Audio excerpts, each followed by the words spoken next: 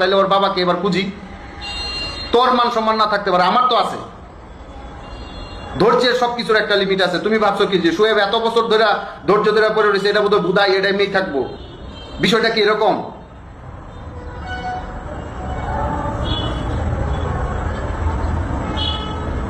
সব ডিসিশন তুমি নিয়ে নেবা, মেয়ে তোমার কাছে থাকে, তার মানে এই না যে মেয়ে ভাইসে আসছে, বিষয়টা এরকম না।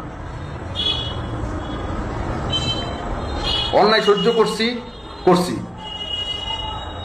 তার মানে এই না যে আমি সবকিছু সহ্য করে নিয়ে যাব। আজকে আমার সন্তান যদি অন্যায় করে, আমার তারও আরো দুইটা মেয়ে আছে, অন্যায় করে আমি তাকে শাসন করব, তার ভুলগুলো আমি তারা বোঝাই দিব। এটাই হচ্ছে মা বাবার দায়িত্ব। মার পেট থেকে কোনো সন্তান, কোনো মানুষ কখনো সবকিছু স্বয়ংসম্পূর্ণভাবে শিখে আসে না। তাদেরকে শিখাইতে হয়, একটু একটু করে শিক্ষা দিয়ে দিয়ে উঠতে হয়। তারপরে হয়তোবা একটা সময় যায় তারা লাইন ধরে থাকে, অথবা বেলাইনে চলে যায়। ওইটা তখন মা বাবার কারো কিছু করার থাকে না।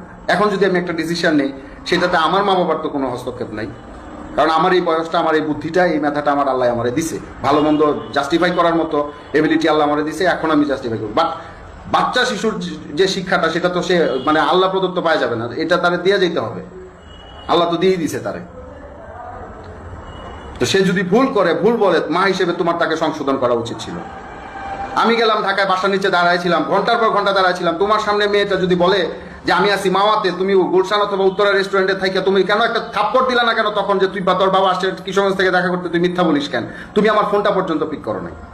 মেরে দিয়া ফোন পিক করাইছো, শত শত ফোন দেওয়ার পরে সে বলে মাওয়াতে আছে, আমি এখন দেখা করতে পারবো না। ভয় কিসের আমার সাথে দেখা করাইতে? ও আমার সাথে দেখা করাইলে কুফুরি টুফুরি কেটে যাবে, বিষয়টা এরকম। আমি জানি আমার সানভি আমার চোখের দিকে তাকায়, সে কখনোই এই ধরনের